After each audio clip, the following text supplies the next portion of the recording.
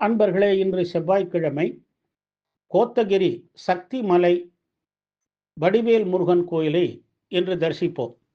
இத்திருக்கோவில் கோத்தகிரி பேருந்து நிலையத்திலிருந்து 2 கிலோமீட்டர் தொலைவில் உள்ளது. முற்காலத்தில் இந்த பகுதியில் குடியேறிய மக்கள் தங்கள் ஆடு மாடுகளை மேய்க்கவும் சுள்ளிகள் சேகரிக்கவும் அருகிலுள்ள குன்றுக்கு செல்வர்.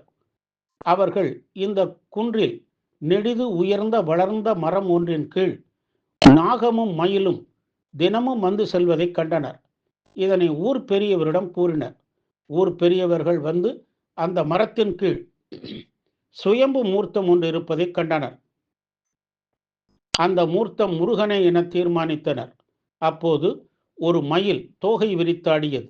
உடனே சுயம்பு மூர்த்தம் உள்ள இடத்தில் ஒரு சிறு கோவிலை அமைத்து வழிபட்டனர்.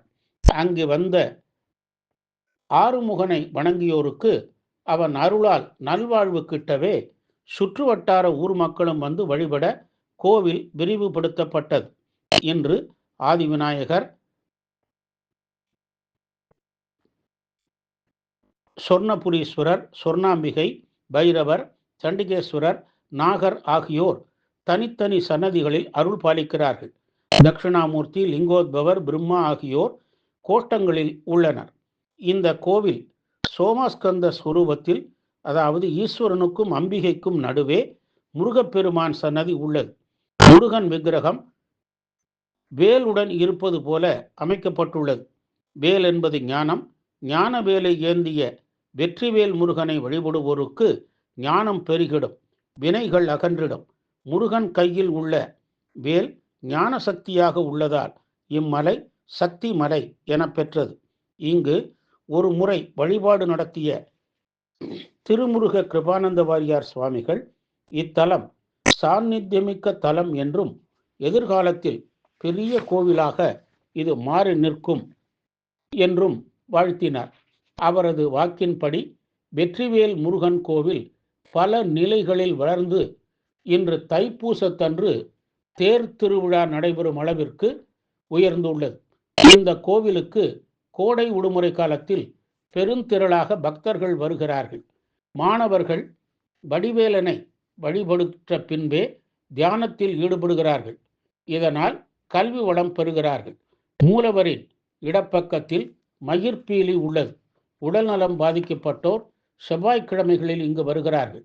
அவர்களால் இடம் மயிர்பீலியால் தடவி பூஜித்த திருநீற்றை பூசி வழிபடுகின்றனர். இதனால் அவர்கள் குணமடைகிறார்கள். நோய்வாய்ப்பட்ட கால்நடைகளுக்கும் இது போலவே செய்து குணமாக்குகிறார்கள். வழக்குகள், எதிரிகள் தொல்லை, குடும்ப பிரச்சனைகள் உள்ளோர் இங்கு சத்ரு சம்ஹார திரிசதை பூஜை செய்து பாலமுருகனை வழிபடுகிறார்கள். செவ்வாய் தோஷம், நாகதோஷம் உள்ளவர்களுக்கு இங்கு பரிகார பூஜை செய்யப்படும்.